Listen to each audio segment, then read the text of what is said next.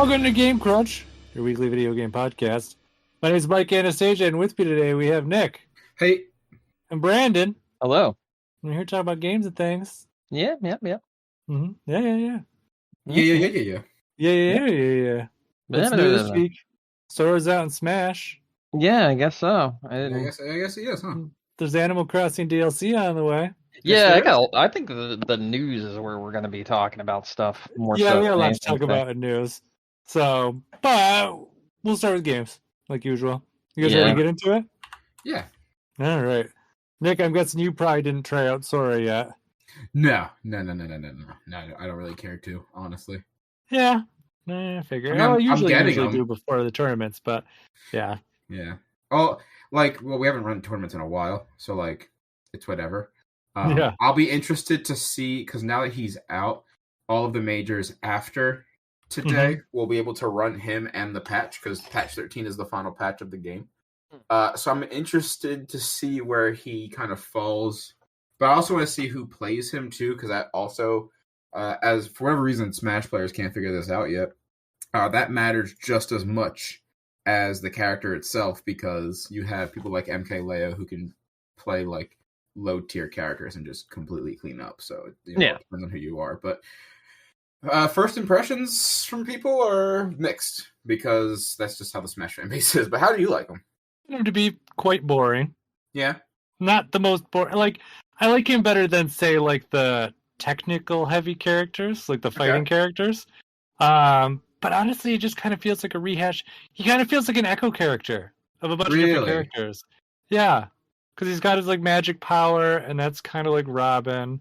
He's got his counterattack, and that's kind of like every other sword fighter. Yeah. He's got that weird kind of directional dash attack, which I can't remember which other characters. It's kind of like Pikachu's. I'm about to say that's like Pikachu's, whatever the fuck it's called. Yeah, he's just like Pikachu's dash attack. Or quick attack, I think, one of them. Meta Knight? Well, it's kind of like Meta Knight a little too, yeah. So this one, it's got 3 of them though, but it's also incredibly easily canceled. More often than not, I didn't actually I'd go to launch it and I would get hit by just something dumb and it would just stop. Yeah. So yeah, and then he's got his up jump, and then he's just got his standard attacks, and that's Sora. There he is. Oh, sounds like fun. Don't twist my arm to make me want to buy him. People are more excited, at least in the competitive scene, are more excited for the stage, because the stage itself is definitely legal to play in competitive play. Oh, cool. And it will be replacing, I think, either Yoshi's Island or one of the stages that nobody likes. But it will be it will definitely be a tournament legal stage, which is cool, because as much as I don't care for Kingdom Hearts, I do enjoy the stage. Although something really silly that I thought was an odd thing that they did with the stage, if you turn hazards off, the final drive part of the stage never happens. It's it never will phase to that stained glass arena. It'll always just be Hollow Bastion. Oh, that's weird. Yeah. So I thought that was odd, because that's not a hazard, it's just the stage changing the way it looks. Yeah, as I say, the stage doesn't really have any hazards in it. It's just kind of there. Yeah, no, it's just kind of there. Yeah, the music's just kind of whatever. Yeah, I feel like they really dropped the ball in the music, because obviously it's a lot of Disney tracks that they couldn't add, but there are a lot of tracks in that game that are just Kingdom Hearts and Square Enix specific that you definitely could have finagled in there. And I feel also more so with the inclusion of Sephiroth and Cloud and stuff, and those are characters who are in Kingdom Hearts, and they have their own music in the game. Why wouldn't you maybe add those in as well? Yeah, I don't know. I mean, it's better than what they did with Cloud, where they're here's 2 tracks from the original Final Fantasy VII. Yeah. But, I mean, it's not much better than that. No, it's not really, I guess. So, at least in terms of, send out, it's a big name character, but production-wise, I mean, I'm sure it plays fine. Like I said, it's nothing crazy. But just even if you look at the Mii costumes and stuff, that final content drop is just kind of here you go. Here's Sora and then 4 Mii costumes, and we're good. I feel like I mean, obviously, like all the characters are done, but I feel like too maybe like Nintendo, there's a possibility of a chance that they could maybe not shadow drop, but like randomly in a direct be like, hey, there's more Mii Fighter costumes coming because like they don't really change anything in the game. Yeah, you know what I they mean? don't. Mm-hmm. Or even realistically too, like we could get more Echo Fighters because they're also pretty much the same. Well, and you know too, like I was thinking about this, like how they will continue like after this. Yeah. And part of me was kind of like, okay, this is the last, like, you know, Sakurai, like, presentation. And I'm sure they won't touch it anytime, like, the rest of this generation. But what are they going to do next generation? Are they going to pull, like, a Mario Kart 8? And just be like, yeah, here's, like, Smash Ultimate Ultimates. And just, here's all your characters. Smash Ultimate. I mean, yeah, like they'll just be like, hey, here's a completed version of the game. Yeah. Or are they going to, like, just take what they have and just be like, hello, new director. Why don't you pick up where Sakurai was and start shoving more characters in this already packed game? Thank you. I mean, that could also happen. Like Sakurai's done. Like he's left his legacy, and as far as I'm concerned, this game will remain untouched for the remaining time on Switch. But whether or not that changes with whatever next iteration there is, who knows? I feel like we could get a soft reboot / remake of the original Smash 64. So like you would just have that base roster again. But could they start with just 12 characters again? Well, just start with but just have that 12, not add anything to it. No, I know, that's what I'm saying. Yeah. Would they be able to get away with just like a Smash Brothers game with just 12 characters again? People would. I mean, people would play it 100%. And second off, if it was mechanically sound and like was fun to play, yeah. I mean, people still will play Brawl competitively, and I think that game's trash. So, yeah. Just as something depends different. on which way they want to take it. Yeah. Yeah. I mean, it's a possibility. Yeah. Yeah. I did see that, just kind of like off topic of this slightly, but I saw Michelangelo was already banned from Nickelodeon. Yeah, definitely a big cow bummer.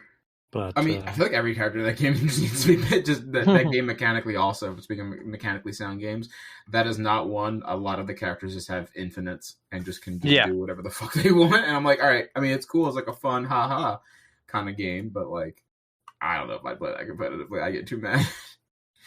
Well, I mean, that's what happened. I mean, that's pretty much what happened with Smash in the first place. Yeah, kind of like it was never. Sakurai is pretty clear. He's like, I never built this to be like a competitive game. Yeah. I mean, people like to turn competitions and everything, which isn't necessarily a bad thing, but it's just like the game wasn't really built for it. So, you get what you get and you got to work with what you have. So, yeah. But that's all I have with Smash Brothers.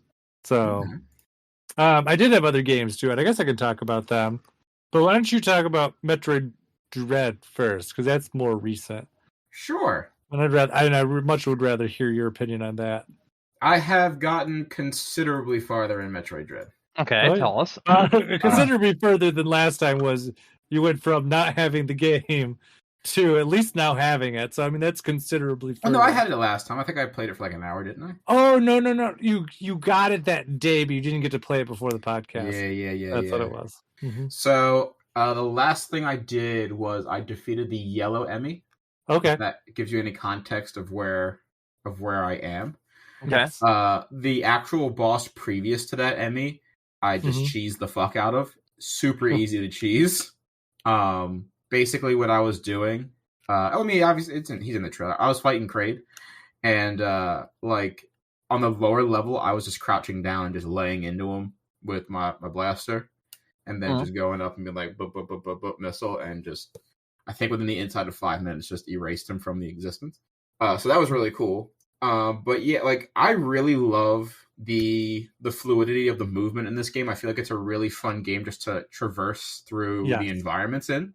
Mm-hmm. I do have not the gravity suit, the Varia suit. So I can go into hot zones now. And I believe I'm working on getting the gravity suit because I've been going into more like water-filled worlds. So not as soon as you think, but yeah.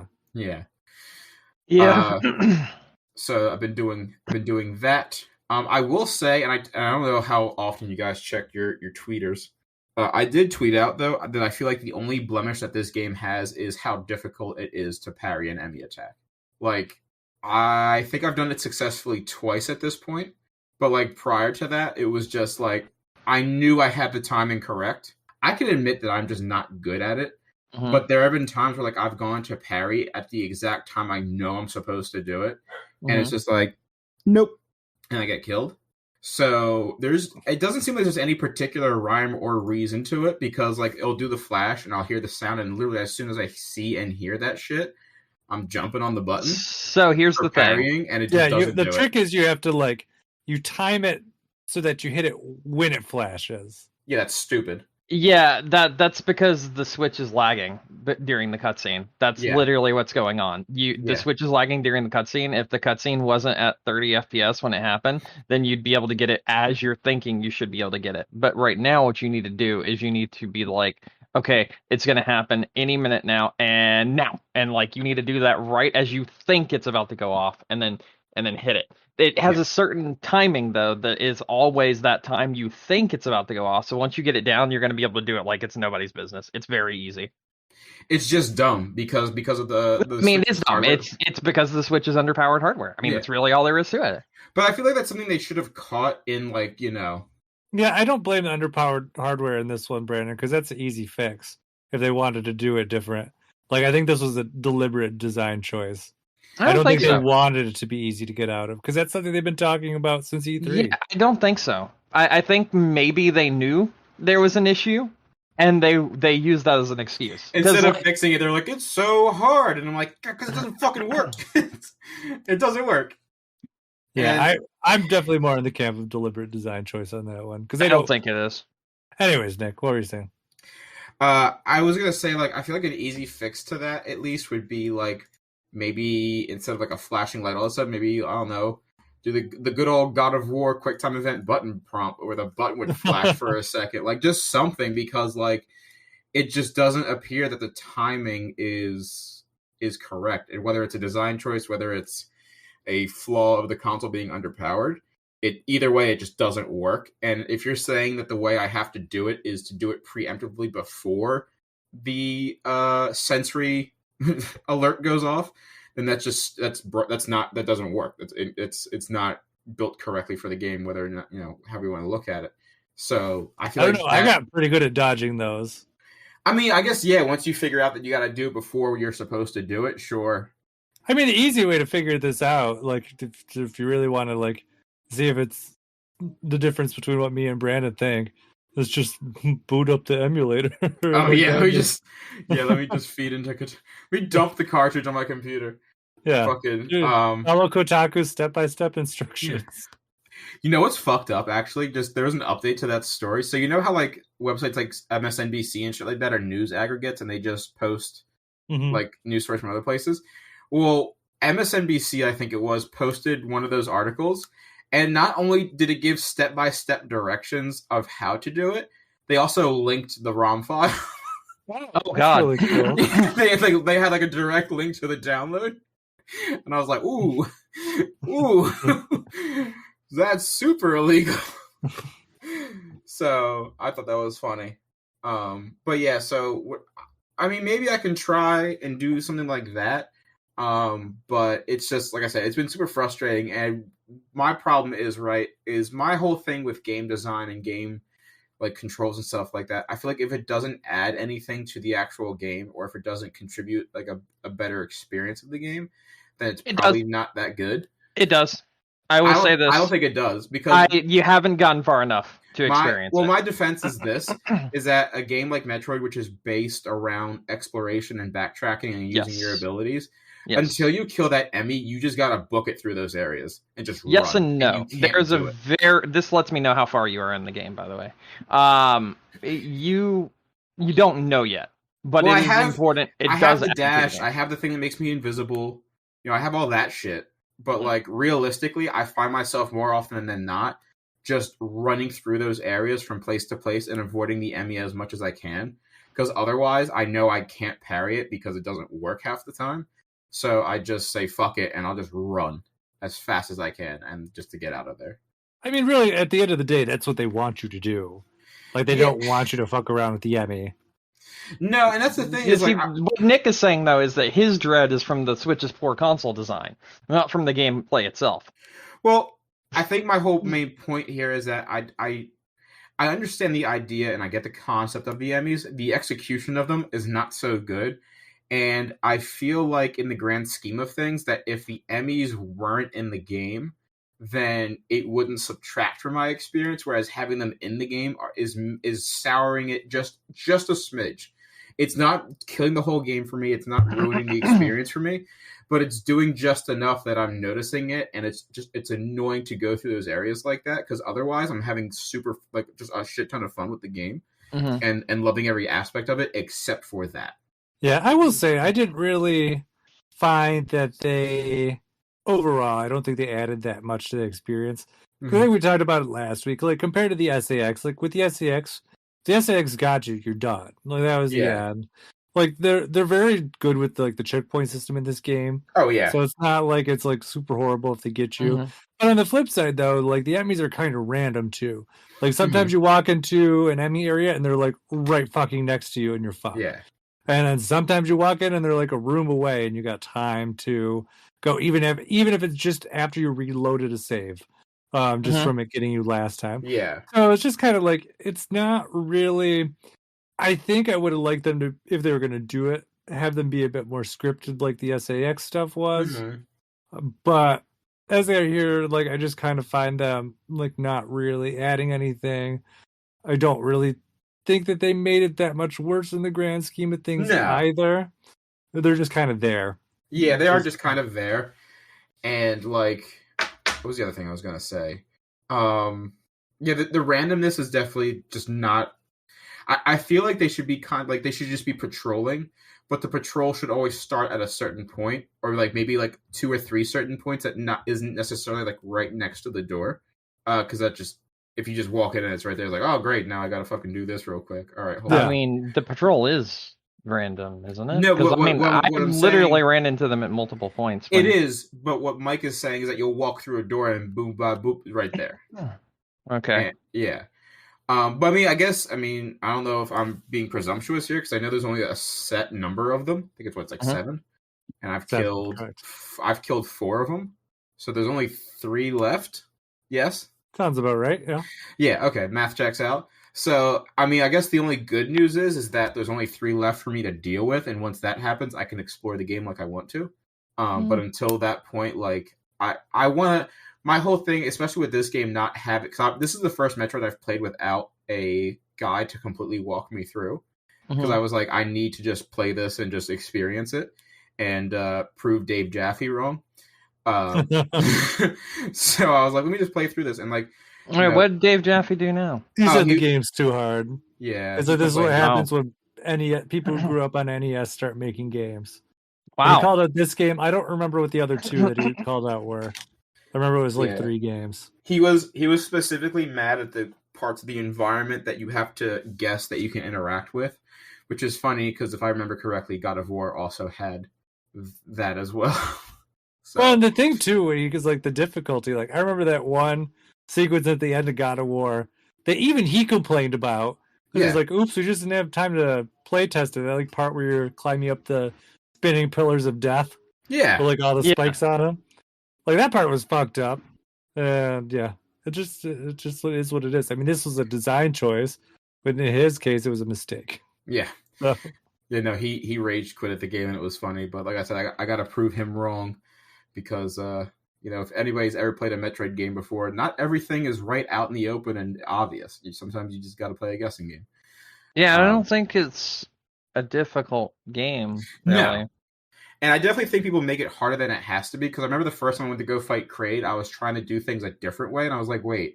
And I noticed that his belly button rockets didn't hit a certain point. So I was like, well, if I just... Oh, all right, cool. I can do that. And then... You can finish what you're saying. Oh, no, I was pretty much at the end of that. Did you see the sequence break thing with Kraid, speaking of? I heard about it. I didn't see it quite yet. Actually, I had a friend of mine who was sending me speedrunning stuff about Dread, because after I beat the game, I wanted to watch it and see if it would be something I was interested in doing, because I've always wanted to speedrun a Metroid game. And this one too, like some of it's built in. Like it's not like hey, we outsmarted the developers. Like, you can sequence break Kraid, get the morph ball early, and there's a morph ball launcher that will launch you inside of Kraid, and you can blow them up from the inside. Yeah, there's the video my friend sent me. In the breakdown, I think it was like in the first 10 seconds, he got the grapple beam. What? Yeah, let me see the breakdown. Hold on, where's the... I hate the way YouTube looks now. What about YouTube? So, in the first minute, he gets the grapple beam. Pretty wild. Yeah. So, whatever that is. Unless it's maybe this... Oh, maybe that's just the timestamps of the video. Whatever it might be. Okay. Because I think the current record for Metroid Dread is 1 hour and 27 minutes. Sounds about right. Yeah, which is insane. So yeah, but yeah, like I said, I'm overall enjoying the game a lot. The game's a lot of fun. You know, there's a lot of cool stuff that they've modernized from older Metroids. And you're right, it definitely feels like Super Metroid in a lot of aspects. Mm-hmm. And I get that feel from the game.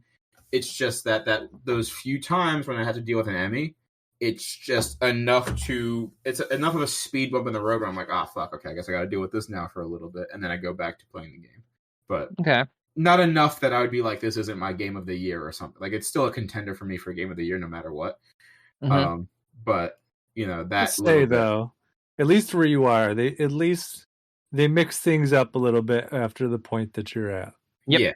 So I mean, that's what good. I was saying. I don't necessarily agree what he's saying.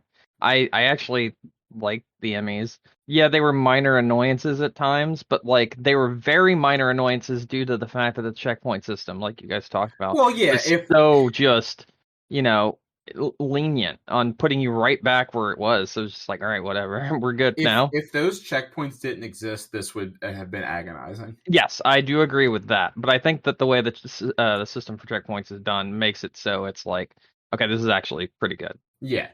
No, I agree with that. Like, there's never been a time where I'm like, oh, fuck, I'm all the way back here. Like, no. Mm-hmm. You know, the checkpoints have been my lifesaver. The most issues I had with the checkpoints were when it was, like, unskippable cutscenes. Yeah, I don't like that, like, when you're using, like, the transporter. Well, like okay, you can't skip them. You can't skip them. No, you can't. Okay, let me... Okay, that's what I said. I said you can't. I said you can't. Yeah. Yeah. Those cutscenes you can't skip. But what I'm saying is there are cutscenes you can skip, and that was what I meant to say, not specifically those. But yeah, those also were a pain in the ass. But the ones where it was skippable cutscenes, but it felt a little bit more unskippable due to the Switch having to load in the cutscene and be like, okay, now we've loaded the cutscene. Now you can skip it, which takes about 30 seconds of like an already like 2.5 minute cutscenes, and then it's just like, why don't I just sit through the rest of this and go grab a drink or some shit? Yeah, might as well. I do notice that the transporter sequence when she's like phasing, that shit, oh my god. Yeah, those things are laggy as fuck. Yes. Mm-hmm. Like, dear, what the fuck? So, but yeah, no, overall, really loving the game. Yeah, I'll actually talk about a game I'm playing after this. I don't know how much more I have left. You guys know better than me. But a lot. Probably like halfway. Almost halfway. I would That's say. why I figure I was getting close to or at the halfway point. Yeah. Yeah, because whatever. But yeah, so it's been a lot of fun. Loving it. Good game. So good. Can't wait you beat it. I was hoping to talk to Brandon about the ending. Yeah, I'm sorry. I did a stream for Far Cry 6. Oh. And that's like the only game I played this week. I mean, I played CSGO's new Battle Pass yesterday, but other than that, I've like nothing really. I've been watching movies and stuff because it's spooky month, and horror movies are some of my favorite things. So, yeah. Did you want to talk about your game? Yeah, I actually wanted to talk about two things. So I'll talk about the game first.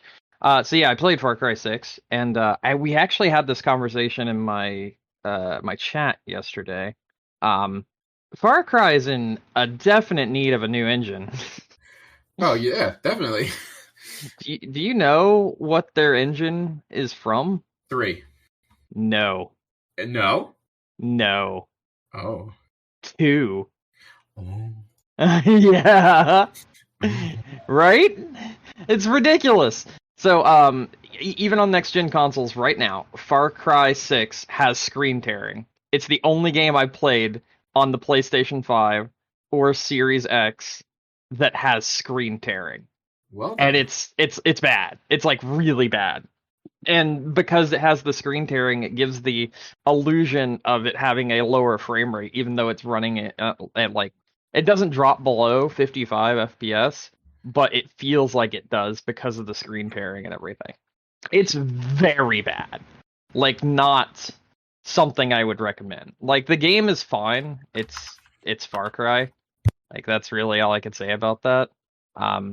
But the way it performs is awful. And like even recently Digital Foundry did a video on it, and they were basically just like, man, this needs a new fucking engine for most of the video, because essentially the texture streaming of the game is not loading in the world correctly, which is causing the stutter and the screen tearing. And it continuously happens on every version of the game, including PC running an i9 with a 3090. So, yeah. And I had this conversation, like I said, in my chat where we were talking about like game engines.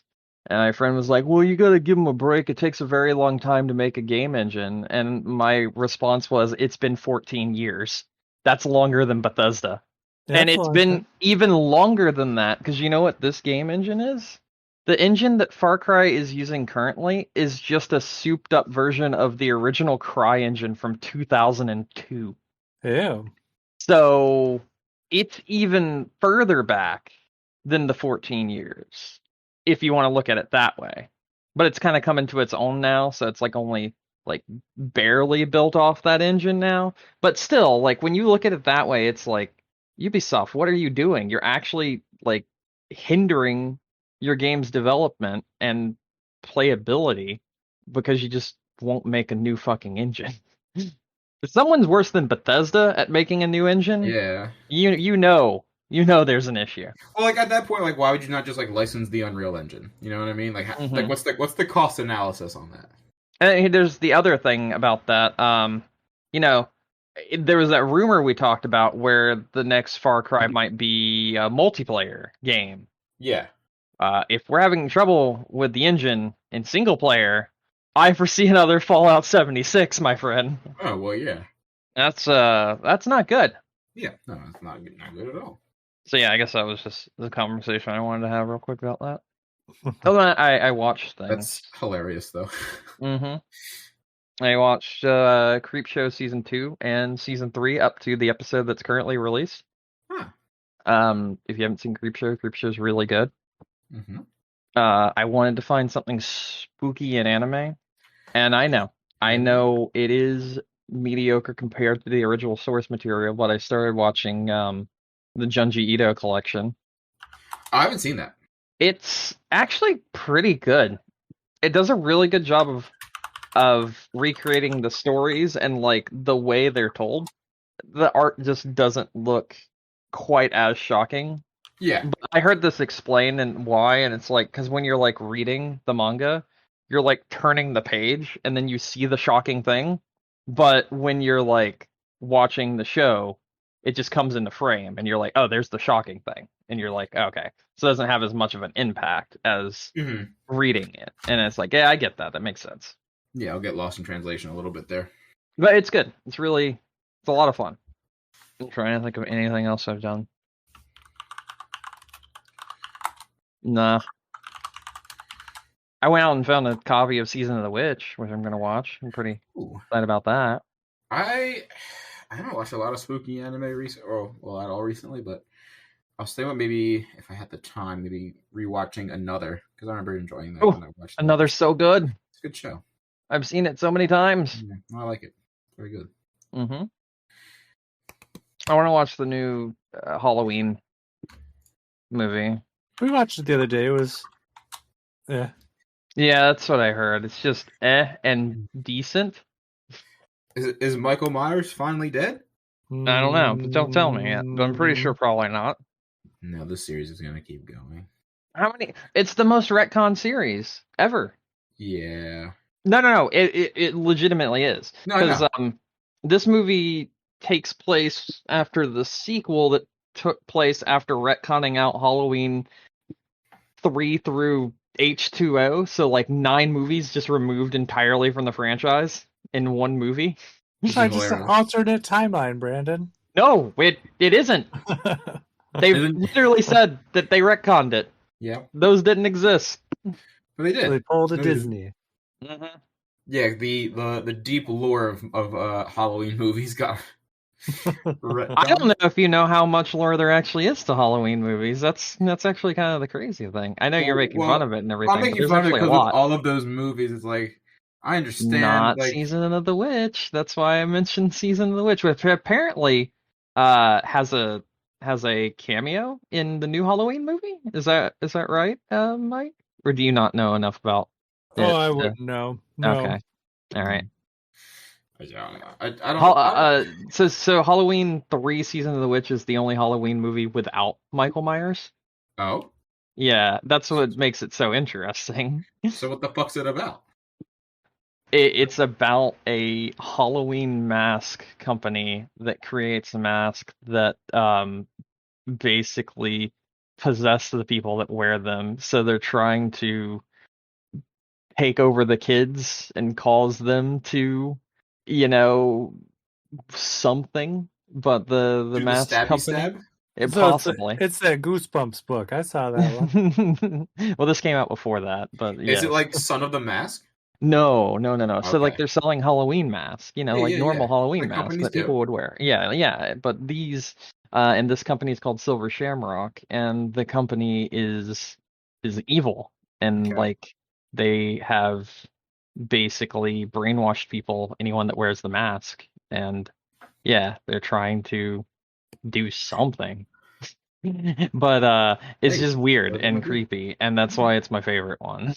I mean, that's fair. It actually plays into like Halloween, like it leads into the actual series with Michael Myers and everything, but it's just one of those really weird ones.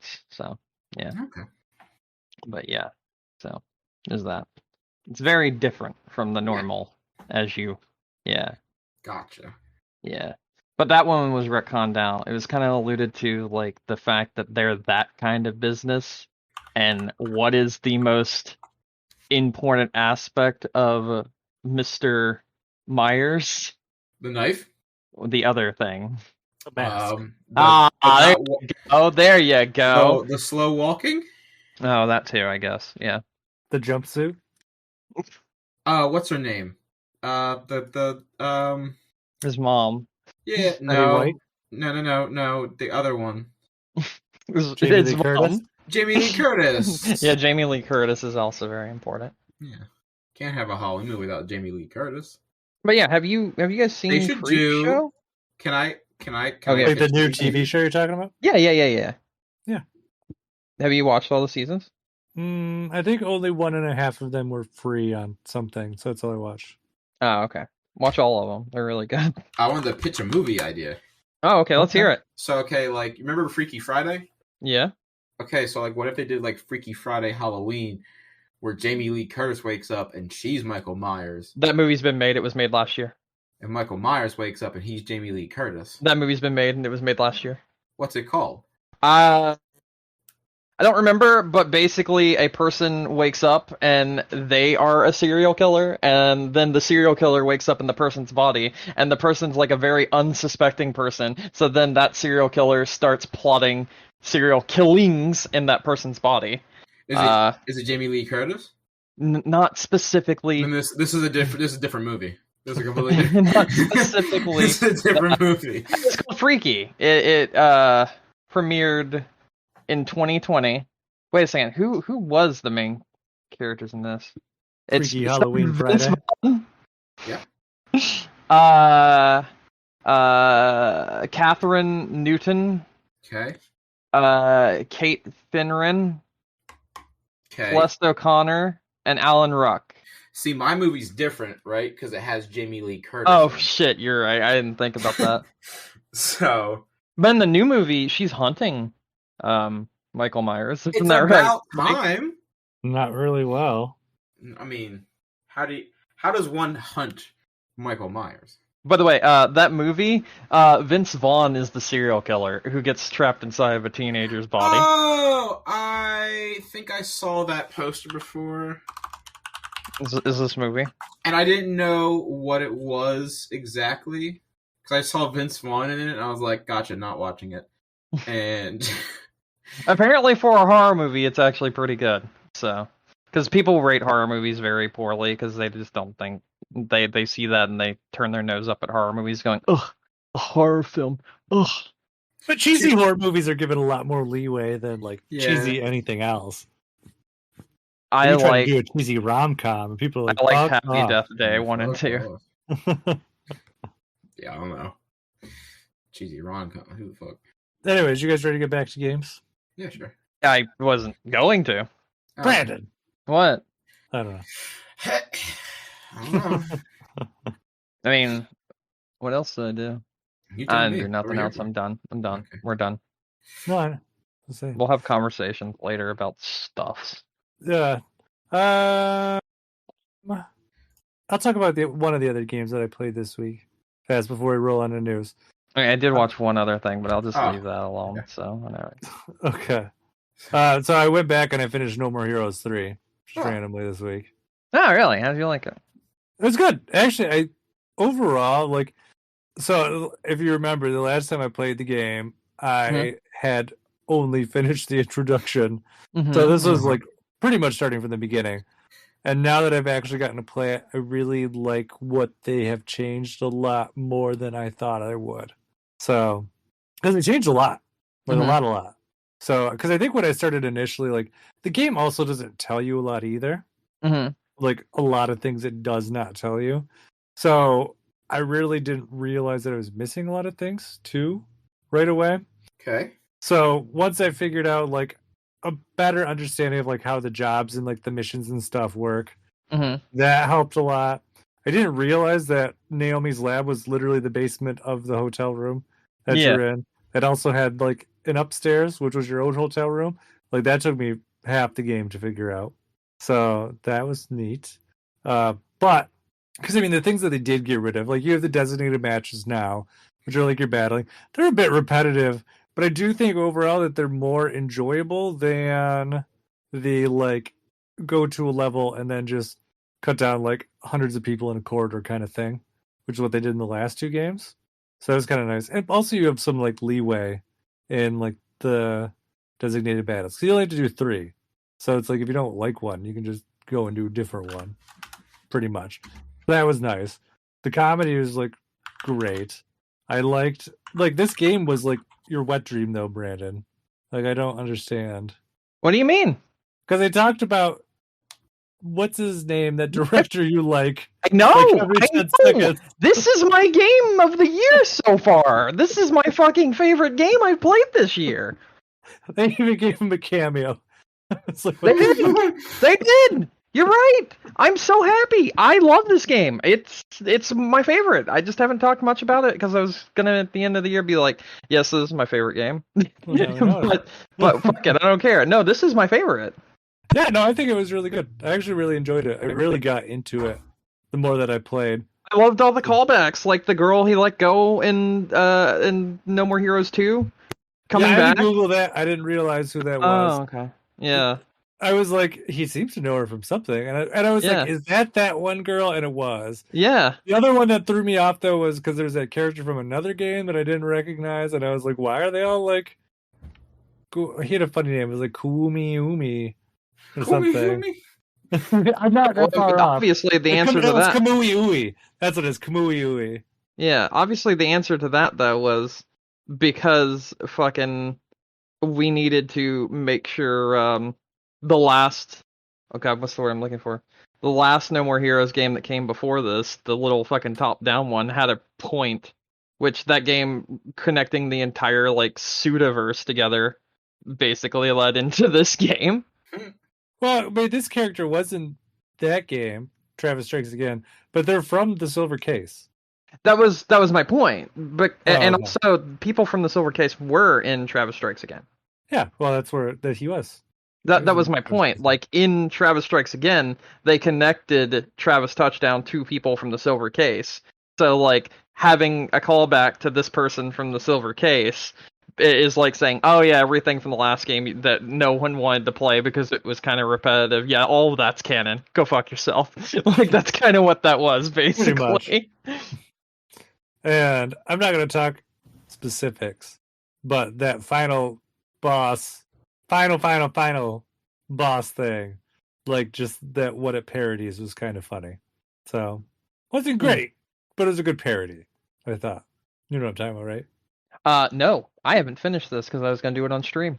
I'm waiting for a stream day. Why don't you finish games? I get busy. It's not me for once. No, maybe it had something to do with a wedding and name changes and everything else that's. What did you change your name to, Brandon? I didn't change my name, but it doesn't mean I'm not going to help Katie with everything. We built a little miniature apartment. I bought Katie a fucking new laptop. I built her we built a desk together. We built a fucking couch, and she built an entertainment center. She surprised me with that one. I went and bought a TV and put that together. Fucking set up all the LED lights. No. He built he's Amish now. He builds everything. And there's been a lot of stuff going on, my dude. With the beard, you could have fooled me. Yeah, exactly. He's a ginger Amish. I built a cow. Yeah, I built built a cow? Yeah. How do you build a cow? Carefully. Oh. Fair. That's fair. So how far are you then in this game? I think I have 2 more battles. So it's just very consistent. You've stopped 2 before. Oh yeah. End. Got it. Oh yeah. See, here's the problem, all right? And I'm gonna be honest. I'm gonna let you in on a little secret also. One of my other favorite games of the year, I stopped when there were 2 stages left as well. And one of my other favorite games of the year, I stopped when there were 2 stages, but I fell asleep playing that one because I was very tired and I streamed it for 14 hours straight. Okay. So that one was kind of my fault. Yeah, that's fair. That was Ratchet and Clank. I fell asleep when there were 2 stages left while streaming Ratchet and Clank after streaming it for like 14 and a half straight hours. No pauses, just continuous. So I was very tired. Games this year? Yeah. Okay. I finished No More Heroes 1, 2, and and Travis Strikes Again all on stream. It's been recorded. It actually happened. And technically I finished Far Cry 6 twice. Technically? Yeah, because there's a hidden ending and I got the hidden ending. It's like one of those ones like start the game and let him sit for 5 minutes. Yeah, you play through the opening of the game, and then after you play through the opening of the game, they're like, all right, we got you a boat. Now, but we're gonna have to go do our own thing, and you have 2 choices: drive to Florida in the boat, or go in and help them on their assault that they're going to. The first time we drove to Florida in the boat and fucked off, and we were like, "This isn't my fight." There you go. There's other games I finished that I know I finished. Give me a second. Let me look at my list. Didn't finish that. Didn't finish that. Or that. Can't finish that. Okay. Maybe. Let's see. Didn't finish Ghost. Didn't finish Death Stranding. Didn't finish Deathloop. I stopped when there were only like 2 people left to kill there. Also. Good job. Yeah, I'm at least I'm consistent, you know. Yeah. Like that. Yeah. You know what? Yeah, I don't think I've really finished anything this year. I think I will finish everything in about 2 hours apiece for each one of the games, but I haven't finished it yet. You'll get there, Brandon. Usually you got some crunch time at some point. Sometimes. Yeah. Anyways, you guys ready to move on to news? Yeah, sure. Yeah, sure. All right. Animal Crossing had their direct this week. I did. And I exceeded probably everyone's expectations. So I think everyone's just being like, oh, Nintendo's just going to be like, here's the roost. Have a good Guess day. who reinstalled Animal Crossing? And meanwhile, Nintendo's like, yeah, bitches, you've been complaining about content. Here's the roost. Here we added Harv's Island. You can now have all these shops there that you could pay for with all that money you've been hoarding for the last year and a half. We got gyroids back. You can get all these fancy new fences, and you can change them. They look really cool too, by the way. Yeah, the gyroids. They do, because they change them a lot. They're not just like the weird clay figures all the time now. Yeah. Sometimes they're weird looking, like they're like Pokemon. Yeah. Kind of, yeah. Gotta collect them all. Mm-hmm. Yeah. What else do they have in just like the free expansion stuff? Well, in just the free expansion? Yeah, we'll talk about the paid one in a second. Yeah. So Brewster, like you said, you got the ladders you can put down. You can go up. Oh, you're cooking. Oh, cooking and crops. Cooking. Yeah, cooking. Emotes, new emotes. Oh yeah. Huh? And also I posted this today. There's 16 new villagers. Oh, What? Yep, 16 new villagers. Would you like me to name them? I don't have to. What? Would you like me to name them? I do not have to. I see. I could also just share the picture to you guys and people. I would like that second one. That one's the one. Okay, yeah. People who are listening can just Google. However, I will say, I'm very fond of Cephalobot. He is great. Oh yeah, that's the robot octopus, right? Yeah, robot octopus. They do have these ones. Are all coming with cards too. Yes, like with the Gen 5 Animal Crossing cards, which are releasing. Yeah, those went for they went for pre-order today, actually. Oh, did they? Yeah. I saw that. I like them. I don't think I've ever had an issue going to Target and finding those cards though, because at first I was really bummed about the Sanrio cards, but then like I've seen them there, like they're everywhere. So I was like, okay, cool. Yeah, this is something that Nintendo, for whatever reason, isn't built. Like they're not building a lot of these. Yeah. Yeah, so hopefully it stays that way. Yeah. I mean, with the cards, like we talked about before, like it takes you like nothing to make them. Mm-hmm. No. So just keep them in stock. Just make them. Mm-hmm. So there's that. I think that pretty much covers. Oh, is he? Because there's other returning characters, but I'm not sure if they're from the paid DLC or the update. Like the rest of the card stuff? No. Like they're like the other old NPCs coming back, like Tortimer and Harry. Tortimer is in. He's on Harv's Island. Yeah, but like I think all those behind the DLC, or are they just there? Harv's Island is separate. Gotcha. That's in the free DLC. Yeah, because what's his name? Cap'n takes you to that island. And like Tortimer's there, Tortimer, whatever you want to call him, is there. Harriet's there, Reese, and nope, that's different.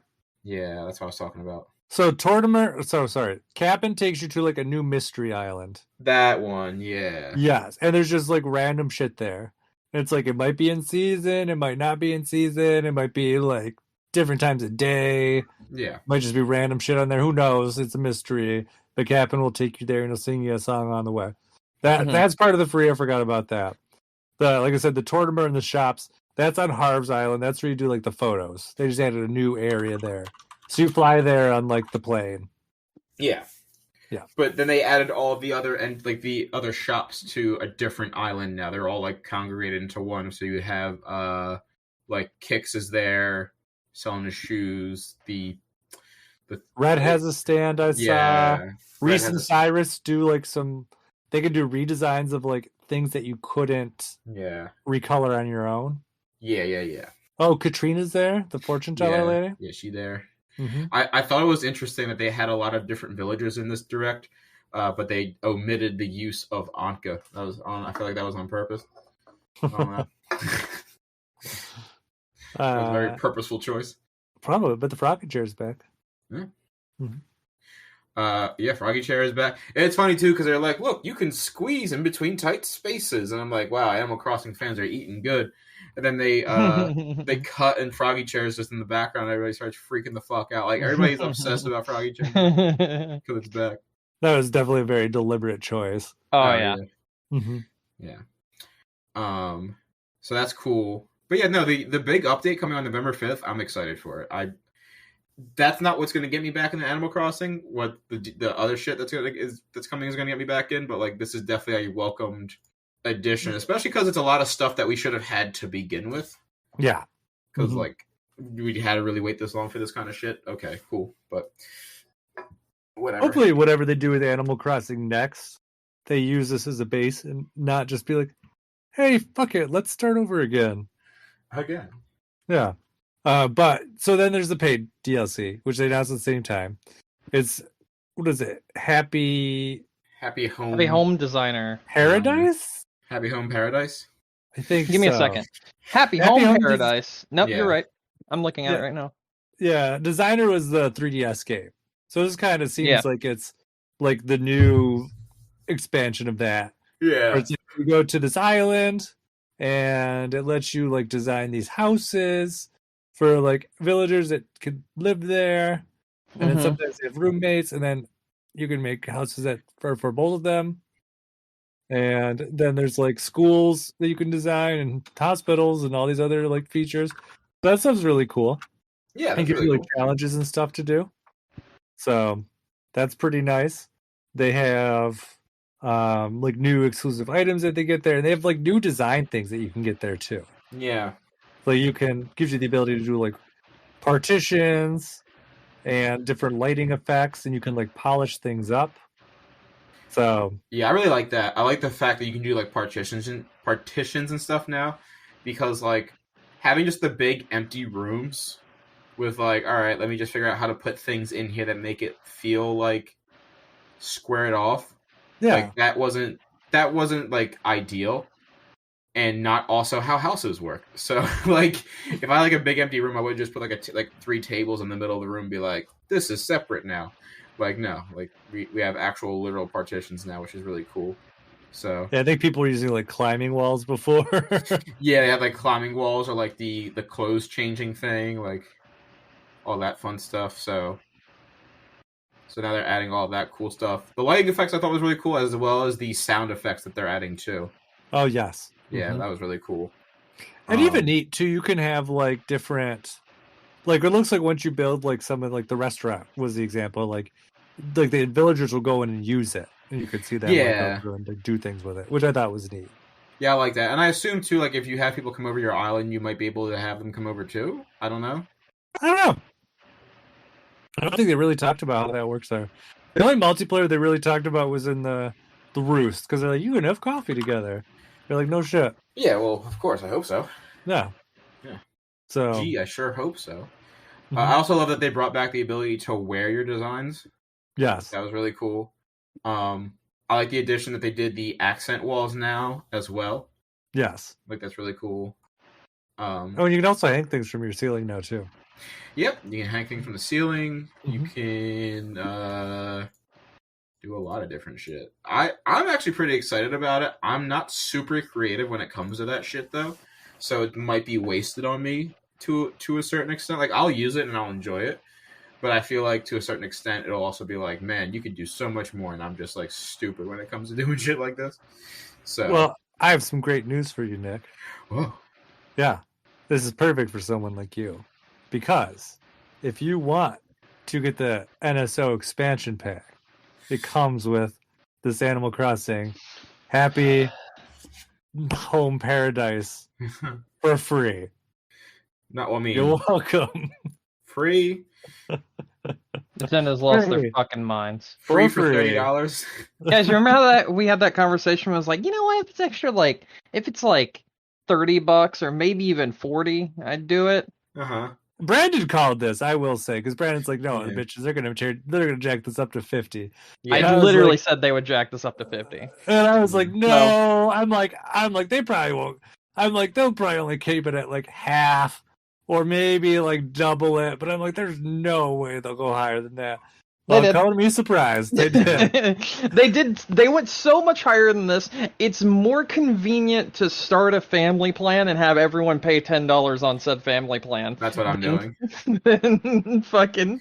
Yeah, like that also is kind of weird too. Like they have to realize that that's kind of like fucked up. Like, yeah, they just. I'm sorry, but they just don't care. They see money, How? they see dollar signs, and they want it. That's Like, really here's all there my is to it. confusion, though. You Like, guys, okay. I was gonna say this is a real question, right? How do they not think that people aren't just gonna split the family plan up, right? Because there's no hard lock of like, hey, like Susie can't be on the same time as little Bobby, Yeah. and you can use it on 2 separate switches. Hell, you can use it on 2 separate Wi-Fi's for all we care. You know why, Nick? So, like, why do they think that people Because aren't that's just the doing next that? step. I'm sure they probably will get there. But I was gonna say, like, you guys know, like, I will defend Nintendo for a lot of different things. Yeah. And like, I have a hard time even justifying this one. There's no justification. There isn't, Look, honestly. There really isn't. And like, we talked about it like a bit. Like, the only justification that they're doing is what you just pointed out, Mike. If you are an Animal Crossing fan, it's like, I could pay an extra $5 and also get N64 and Sega Genesis on top of the Animal Crossing thing. So it's like, why not do that? But if you're not an Animal Crossing fan, it's just like, yeah, like, if you only wanted the N64 games, fuck this. Which I think is like what a lot of people were in it for. And it's like, so for me, like, that's kind of like, I've decided I'm gonna do a year of it at least. So I'm gonna get the Animal Crossing thing anyways. I really wanted to play some N64 games, even though I can play them otherwise. But like, even then, like, it's like I talked about there, it's like, but what about like if I'm offline, like, can I still access the Animal Crossing DLC? So I don't know how that's gonna work, because when I was out a few weeks ago, I was down the shore with some friends. I had booted up Super Metroid at my house, but I was still on the Wi-Fi, and then brought my Switch down to the shore, and I wasn't connected to Wi-Fi, and it still worked until the point where I closed out the game, and then when I loaded it back up, it had to do another check. Well, the way it's built, which is weird, like it's made so when you boot it up the first time, it checks to see like if it's good, and then it gives you like 7 days of access, basically, before it checks again. So it's like, you know, let's say granted, if I remember to play Animal Crossing, you know, before I leave, you know, maybe that wouldn't be an issue. But if I don't and go to boot it up and it's like, oh, I gotta check on the internet, then that's kind of an issue. I guess worst case scenario you could do. I mean, I'm not sure how your phone plans work, but I know like through T-Mobile, because that's what I got. Like, I could just hotspot whenever the fuck I want. Yeah, I can't. But I'm going to add it soon because our internet's been dying way too often lately. Yeah.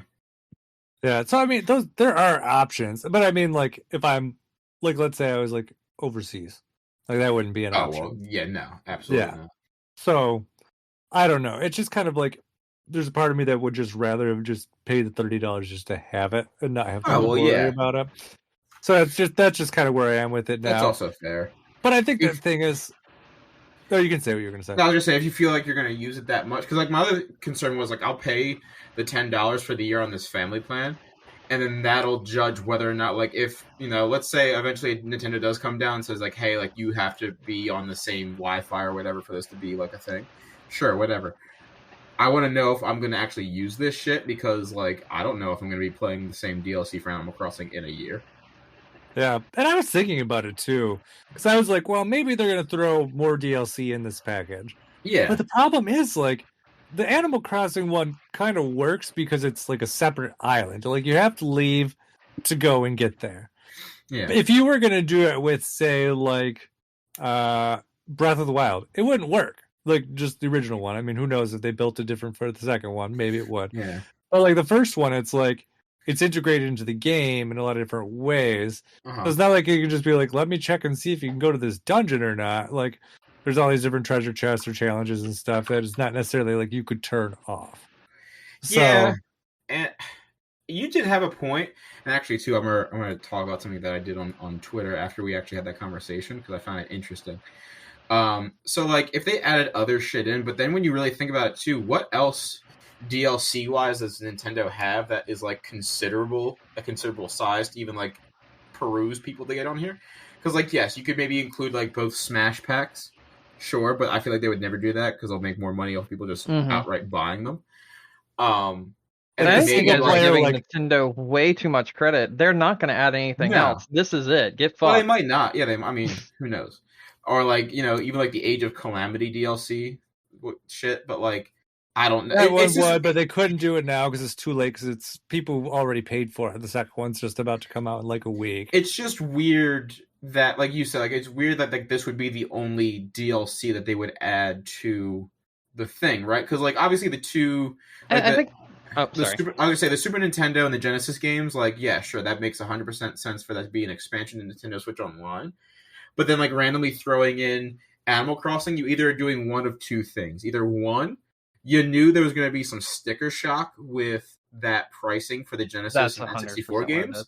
And they're like, what if we threw this in there to soften the blow and announced it during the Animal Crossing thing where people were already like getting like we lured you in with Froggy Chair and now we're hitting you with capitalism? Yo, they launch on the same day. That's the main reason. That's the only reason. Or they have other plans to do more things on there. A week before Animal Crossing? No, November 5th is both, isn't it? No, NSO launches on Monday. Yeah, it launches this Monday. Oh, well, fuck that. So that's my only thing is like, is this like a soften the blow? Like maybe Nintendo at some point, or one of the PR people at Nintendo were like, "Hey guys, they're gonna hate this." And like, what if we gave them the animal game stuff for free? Like, okay, yeah, it's like, what can we give them that's not gonna cost us any money? Yeah. But like, there's other things because we talked about it too. Like, yeah, it's maybe the licensing is what jacked up the price, but it's like Nintendo's sitting on a ton of stuff that they could throw in there. Oh yeah, and they are, and like even if you look at stuff like N64 games, they're like, here's 9 games, there's more coming later, but it's like, just fucking put them all out now. Like that's like I don't. Yeah, what's the vetting process for these games? Are you just trying to see if they work? Because that also is not a thing that you do. Yeah, well, like, what are you waiting? Like, why are you holding back content with this much more expensive, like, paid expansion? Yeah, when you could just put it all out there, like, make it, like, at least try to show some value. Or like I said, they're sitting on tons of stuff. They could have thrown Game Boy games in there. They're like, even if it was just Nintendo stuff, it's like, hey, here's all of our legacy Game Boy Color, Game Boy Advance games in the expansion pack as well. Well, I have another question. This one's probably the one that makes me the most curious as to how they're going to handle it. If I have a family plan, and I pay the $80, does everyone on that plan get the DLC for Animal Crossing? Yeah. That's the understanding. That is the understanding. If that's the case, that's a lot of money. Like that like you're getting at least 8 people the Animal Crossing DLC. Well, yeah. You could easily entice people way easier to get them on your family plan. Yeah. Like that's the point.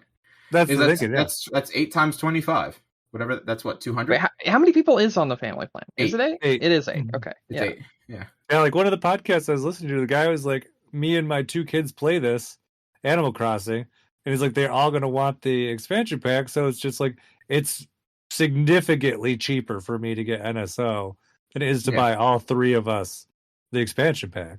And I was like, that makes sense. Like, that's $90 versus $50. So and actually 30 because it'd be an upgrade. Yeah. So, but yeah, me and my friends who are doing, I mean, I'm going to be going from paying like, what is it, $20 a year right now?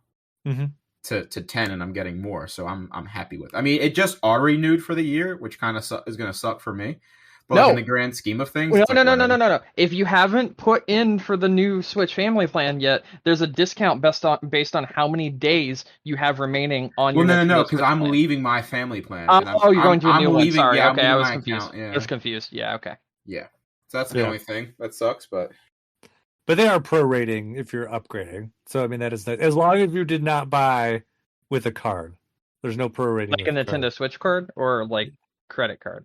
Like if you bought like a redeemable code for the membership, like it does. I guess I saw that somewhere in the fine print. They're like, you can't do the prorated thing with that for whatever reason. Yeah, it's really weird. Yeah. So there's that. But I mean, like I said, Nintendo has tons of stuff that they could entice people with.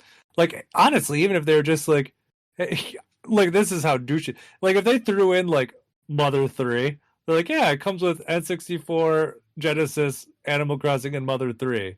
That's like that would be sick. That would be well then, Nintendo. Look at how much money you just made. Yeah, they'd be like, oh yeah, people's like opinions would change, or even if they somehow figured out the magic of getting GoldenEye as an N64 game, even if it wasn't day one, if they just announced it, like people's opinions would change. It's like they have the ability to do stuff. Like they could throw GameCube games in there, obviously because they got the emulator working. No, that'll be when the expansion pack goes up to expansion pack plus. Yeah. That'll be $100, and then for the family plan, it'll be $160. Yeah. Mm-hmm. I mean, ideally, like you'd want this to turn into something more like. And you get something stupid like, I don't know. They'll release a new DLC for the Mario Party thing, which will add Mario Party 6 mini games as well, and you get that because normally that DLC will be $25, and that's what's going to happen there. Yeah, like those kind of things. It makes more sense for this. Like if they did another like Octoling expansion for Splatoon, like something like that would be good because that was like a separate single player. Like they would split off very nicely.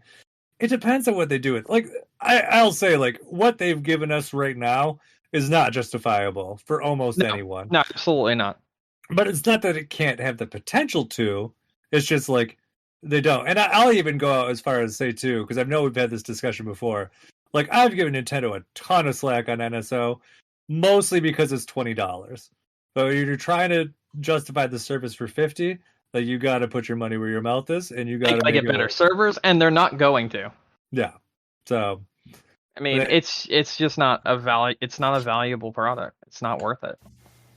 So hopefully, if this doesn't do well for them, which based on the opinions on the internet, I don't think it will. But assuming it doesn't, hopefully Nintendo takes the right lessons from this and is like, we made a bad value proposition, and not say, oh, people don't want N64 games or Animal Crossing expansions. Oh God, of course they will. Like I really just hope they don't like take the wrong blame on this. There is some like oddities though, like in like Europe, like it's actually like pretty decently priced, which is kind of weird. Yeah, like theirs was not like a 150% increase. Theirs was like less than double for whatever reason. It's odd. Interesting. Yeah. So it's like much more favorable. Like I think it came out to like $40 a year there after like translation, but yeah. So I don't know. We will see what happens. Nintendo has not responded to the animosity in the internet for this yet, and I have a feeling they probably, at this point, I'm guessing they're probably going to try to ride it out and see what happens. But we'll see. I don't know. Speaking of animosity on the internet, NFTs. Yeah. Dead by Daylight has now launched NFTs for their game. Oh, that's exciting. The first one being a Hellraiser NFT. Like the movie Hellraiser? Yes, like the movie Hellraiser. Because Dead by Daylight is a 3v1 where the like killer is different killers from popular horror movies. So like you've got like the guy from Scream, you've got like you got like Nemesis, Hellraiser, this, that, and the other, all these other things. But anyway, this NFT doesn't do anything to the game. Just kind of buy it and own it, and then you have a chance, from the looks of it, at getting something in the game. It is very weirdly written, but like it's really not making any sense. It's just Dead by Daylight selling NFTs now, and it's really, really stupid. So I guess why not? So because I saw the developer was talking about it. Allegedly, they have nothing to do with it. Oh, nope. They've confirmed now officially. Dead by Daylight, even their official Twitter has literally tweeted out about the NFTs, advertising them. Yeah, but I thought they said that they didn't like. Hold on. I think what Nick's saying is like it might not have been the development team's decision. Yeah, like it's the dev. Yeah, you're correct. The publisher's the issue. Sorry, I thought you were talking about like Dead by Daylight didn't know someone was doing it. So it said basically they tweeted out on the 19th that you laugh, Mike, but that's how NFTs work. We hear and understand the concerns you raised over NFTs. Absolutely zero blockchain tech exists in Dead by Daylight, nor will it ever. Behavior Interactive does not sell NFTs. So I don't know who publishes Dead by Daylight. Isn't it Behavior? No. So it looks like Behavior worked with Boss Protocol over several months to adapt in-game models for use as NFTs and approve them prior to the release of Pin. Okay, so here's the thing. Yeah. It sounds like Behavior isn't making and or selling them. However, it does seem like this company, Boss Protocol, approached them and was like, hey, we want to make NFTs based off of your characters. And then, but even Behavior doesn't own the rights to Hellraiser. No. But Behavior has the character models. So they were like, hey, Behavior, can we have these character models to sell as NFTs? And Behavior was like, yeah, sure, here you go. So it's like guilty by association, right? Because Behavior's right. They didn't make them. They're not selling them. They have nothing, quote unquote, to do with them. But they're advertising them. Yeah, but, it's like, we sold these guys guns. We didn't know they were going to murder people. You know what I mean? Like, it's that kind of thing. Not saying NFTs and murder is the same, but I'm just, the whole gist. So, yeah. Yeah, take your first step into the Master of Horror's metaverse and be one of the first travelers to use the Lament configuration to open the portal to another realm. 10 random subscribers to our list will receive a legendary Pinhead NFT variant from the original 10,000 that includes an alternate costume and grants in-game access to the Hellraiser chapter of the video game Dead by Daylight for PC. Okay, how is that not tying the NFT into your game? It just sounds like they're lying. It's literally on the page. I'm looking at it right now. It's not. So no. So like I said, Behavior isn't selling them. Behavior isn't making them. Behavior gave them the tools to make them, basically. Yeah, but what the main thing here is there shouldn't be NFTs tied to Dead by Daylight. No. Because, Behavior isn't selling them, they aren't making them, so they shouldn't have anything to do with them. But I just read out loud where these NFTs that have nothing to do with Behavior, 10 of them will randomly grant you exclusive content in the Dead by Daylight video game that no one else has access to. How is that Behavior having nothing to do with them when they literally grant you exclusive content that no one else in the game will be able to have? Well, that's like saying like when you bought like a Pepsi and you got an Xbox Live code, like the same kind of thing. Xbox didn't make the Pepsi. Pepsi made the Pepsi. Well, developers literally made this exclusive costume. It literally made this exclusive chapter that only 10 people in the world get to play because they bought an NFT. That's the issue right there. You know what I'm saying? But it's not tied in the same way. Because again, Behavior isn't selling the NFT and they're not making the NFT, but they're saying, hey, you have that NFT? Here's something neato we made just for you. But they're still not making or selling the NFT. Like, you can't go to Behavior's website and buy the NFT. Well, they're not. But to say that they don't have anything to do with it is very disingenuous because their items are tied to the NFT. You see what I'm saying there? They are dancing around the blame, I guess, if you want to use that word, or the responsibility of it. Where again, I know, I understand fully what you're saying, right? Yeah. But it's at the same time, it's they didn't make them. We didn't make the bomb. We just supplied all the explosives. Yes.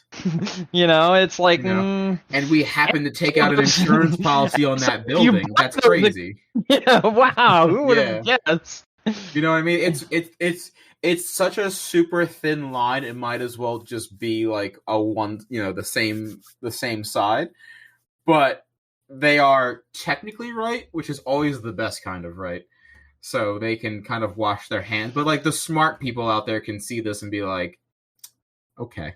Like, yeah, but no. Like you definitely have something to do with this. Mm-hmm. And whether you agree that you do or don't, well, hey, facts say otherwise. But anyways, yeah. All right, so that's all I wanted to talk about. That I don't like that at all. And then we got the Golden Joystick nominees. Oh hell yeah! Yeah, you wanna hear them? We can go over them real quick. They're always bad. Well, okay. Best storytelling: Life is Strange, True Colors. Okay. Psychonauts 2, okay. Wilder Myth, 12 Minutes, Chicory, A Colorful Tale, and Tales of Arise. That last one threw me for a little bit of a loop there. What?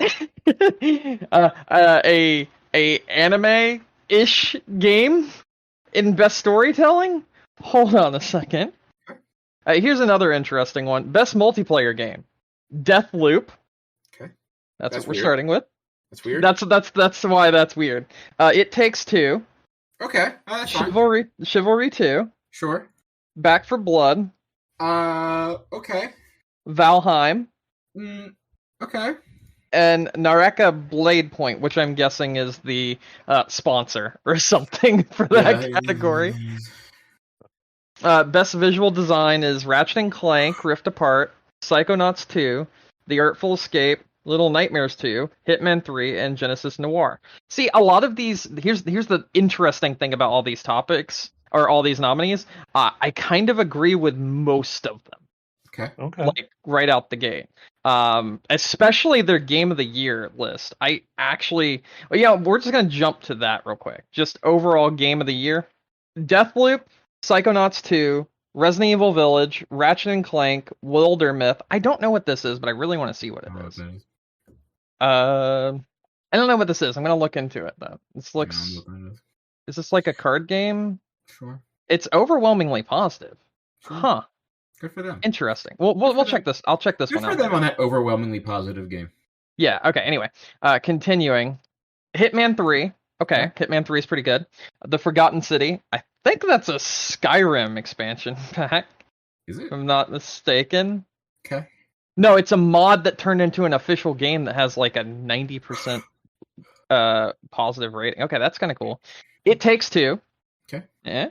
Metroid Dread. Hey. And Mass Effect Legendary Edition. Everything I've heard about the Legendary Edition of Mass Effect has been good. I don't know if remakes should be allowed in Game of the Year, but whatever. Yeah. Did it even get any other categories? Let's see. No. No, it does not deserve to be Game of the Year. No. But yeah, my pick for Game of the Year on that list. Well, actually, Nick, what would yours be? It's Metroid Dread, isn't it? I mean, okay. It's not even a question. What about you, Mike? It's Metroid Dread, isn't it?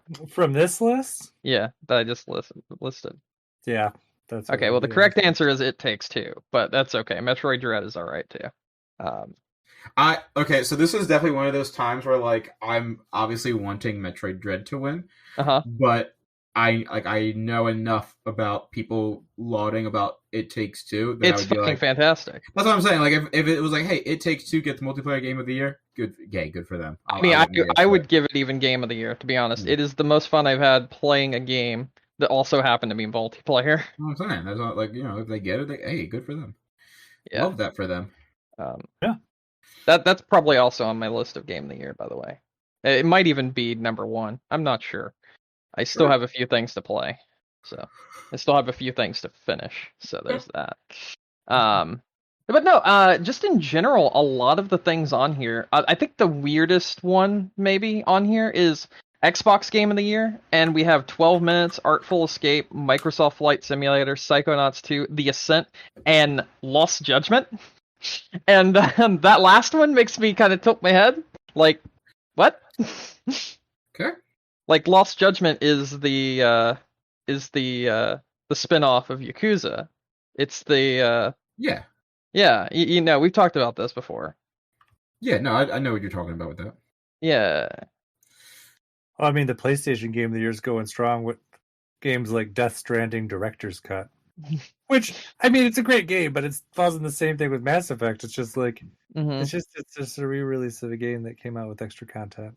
Actually, that's all, like, at least Mass Effect's a remake. Like, yeah. I mean, yeah, you're right. Yeah. But there's some pretty decent picks here for once this year, in my opinion. Sure.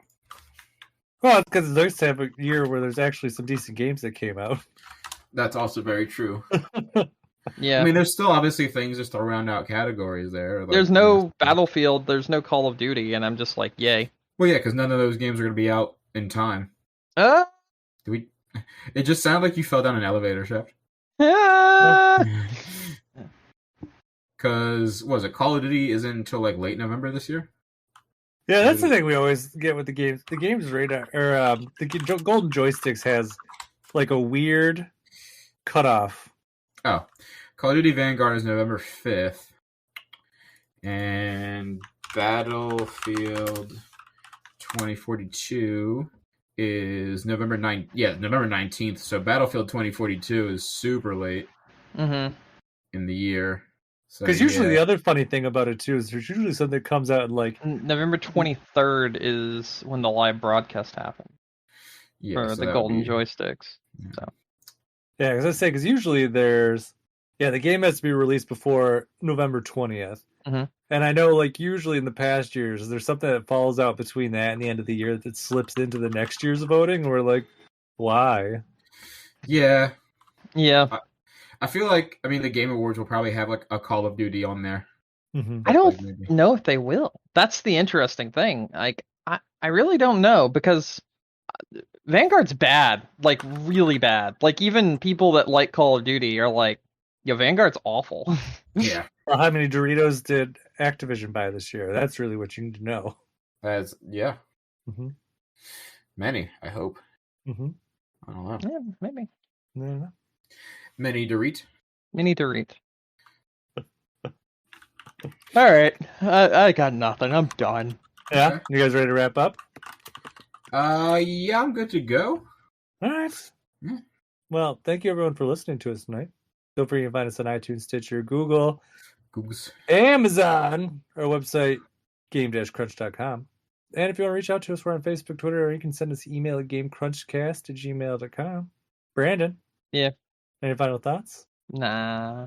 Nikki? What? Any final thoughts? What? No. Did you get that thrown off? Because I called you Nikki. A little bit. Little Nikki. I don't like that. No. It's a movie. It's a horrible I like the movie. I like the movie. No, the movie's fine. The movie's... No. The movie's fine. The movie's fine. Horrible. Nah. Okay. Yeah. Well, I mean, it's like the... What? I'm just trying to think where, like, it's definitely like the beginning... The near beginning of like the downfall of the Adam Sandler. I was gonna say it is the tipping point. It is the tipping point. It is the start of Adam Sandler just being like, man, the rest of my movies are just gonna be right off so I can go on vacation with my friends. Yeah, because like everything after that for years and years and years was trash. Oh, you're not wrong. You're not wrong. And then Uncut Gems happened, and it was like, yo, this is really good. And then it was like, yeah, but what if I just wanted to make a lot of money really easily? I just wanted to prove to you motherfuckers that I am an actor and I'm really good at it, but also fuck you, I want free money. No, I'm still convinced it's a fluke. I don't think.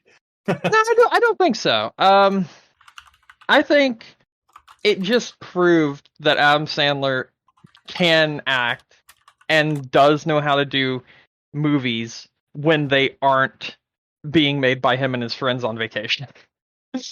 Yeah. Oh, by the way, Elden Ring was leaked and then delayed. Hey, why not? Why not? Anyways, my name is Mike Anastasia. You can find me online. I'm Clash of Penguin on Twitter. Or your favorite gaming console.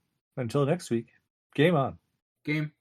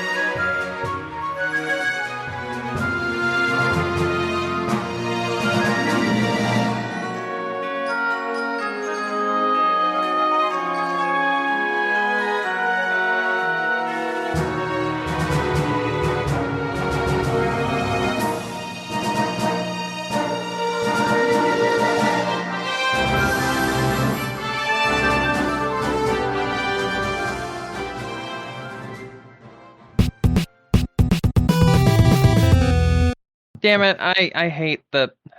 I hate that Halloween always has the best releases for Call of Duty, and I never buy any of them. because they just don't have the money. Hmm. In case you don't know, last year for Halloween, they released Billy the Puppet as a playable character from the Saw movie, as well as Leatherface from Texas Chainsaw Massacre. Nice. This year, it's Ghostface Killer from Scream, as well as Frank the Rabbit from Donnie Darko. Oh. Yeah, and Donnie Darko is one of my favorite films of all time. I do like Donnie Darko, so Yeah, and I really like Scream as well. I think it's a very well made horror film, which is kind of why I posted that one picture in the general chat. Did you guys see it? I did see that. That's amazing. Do you know why that is so good? No. That's the same actor. Huh? Yeah, the guy who plays the killer in Scream is the same guy that played Shaggy. Fred, what's his name? Hold on. Oh, I knew that. Hold on. What's his name? Matthew Lillard is playing. He's always played Scream Ghostface Killer. Are you? Huh? Like What? even in the other movies he did? I'm pretty sure he has in the past. Are we? Hold on. I know he did it in the first one, but I just didn't know if he did it in the other movies. Are we sure about this? I'm pretty sure. Let me see here. Filmography. He was in the Ghoulies 3. Ghoulies. Oh yeah, that's it. Yeah, that's a good one. So Scream 1, he was Stuart Motcher. In Scream 2, he was Guy at Party. Yeah, there we go. That's the one. And then he's always been in the Scream movies, is what it was.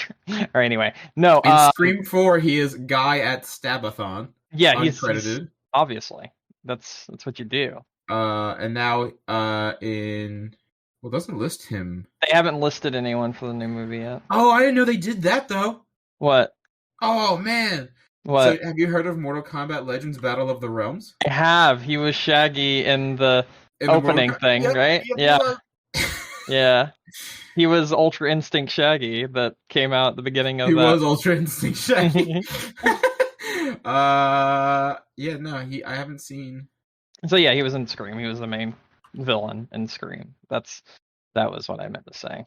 I got overzealous. I thought he was also the villain in the other ones, but I guess I just remembered wrong. And yes, I said membered, not remembered. Remembered.